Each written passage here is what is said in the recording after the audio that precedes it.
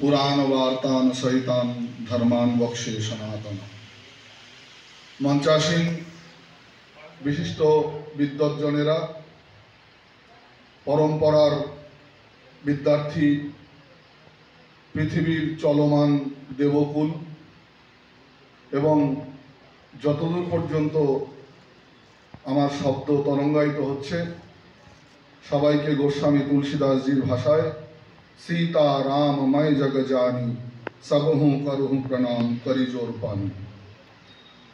प्रत्येकके नतशिरे भूयसी भूयसी दंडवत प्रणाम।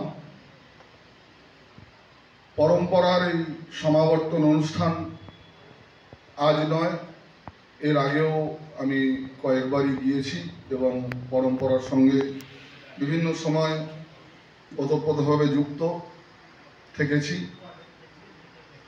তো আজকে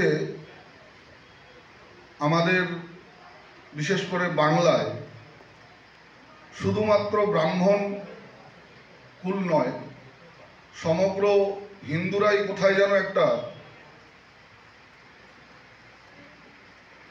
দুরবস্থার মধ্যে দিয়ে কাটানোর জায়গা তৈরি হয়েছে। কারণ সমাজে যারা অগ্রগণ্য বিপ্রকুল, এই সমাজের প্রতি তাদেরও একটা দায়বদ্ধতা আছে, কারণ তারা চতুর্বর্ণের গুরু। গুরু এই কারণেই তারা কোনো অবস্থাতেই লঘু নন, তাই তারা গুরু। তো সেই গুরুর গুরুত্ব আমরা হারিয়ে ফেলেছি কোথাও না কোথাও। সেটা শুধুমাত্র কালের প্রবাহে এরকমটা নয়, তার জন্য অনেকাংশে আমরা নিজেরাও দায়ী, অস্বীকার করার কোনো জায়গা নেই। একটা সময় ভারতবর্ষে বাংলায় সংস্কৃত চর্চা, অধ্যাত্ম চর্চার প্রাণকেন্দ্র ছিল নবদ্বীপ। তার আগে মিথিলায় ছুটে যেতে হতো বিভিন্ন সংস্কৃতের বিদ্যার্থীদের। নব্যনায় শাস্ত্রের বিখ্যাত পণ্ডিত ছিলেন পক্ষধর মিশ্র। বাংলার যুবক সেই সময় মিথিলা থেকে নব্যনায়কে উড়িয়ে নিয়ে চলে এলেন বাংলায় নবদ্বীপে। কবি কলমে লিখলেন, পক্ষধরের পক্ষ সাধন করি, বাংলায় ফিরিল বাঙালির যুবক জয়ের মুকুট পরি। সেই পক্ষধর মিশ্রের থেকে নব্যনায় শাস্ত্র একরকম হাইজ্যাক করে প্রথম বাংলায় এলো নবদ্বীপে, এবং নবদ্বীপের টোল বাড়িগুলোতে বিভিন্ন দেশ বিদেশের ছাত্র গমগম করতে লাগলো। চৈতন্য ভাগবত একটা কলম আছে, বহু দেশ হইতে মানুষ নবদ্বীপে যায়, হেথায় আসিয়া মানুষ বিদ্যা রস পায়। যাকে আমরা পঞ্চতত্ত্বের একজন জানি, অদ্বৈত ঠাকুর, তার আসল নাম হচ্ছে কমলাক্ষ বেদ পঞ্চানন বা কমলাক্ষ ভট্টাচার্য। সেই আমলে তিনি জবন পেয়াদাদের হাত থেকে নিজের টোল বাড়িকে রক্ষা করেছিলেন লাঠিয়ালি করে। তো আমরা শুধু এতকাল শুনে এসেছি এক গ্রামে এক দরিদ্র ব্রাহ্মণ ছিল। পূজারী ব্রাহ্মণ মানেই তার প্রতীক হচ্ছে সুদামা, কিন্তু ভুলে গেলে চলবে না, পূজারী ব্রাহ্মণ শুধু সুদামা হয় তা নয়, পূজারী ব্রাহ্মণ কিন্তু পরশুরামও হয়।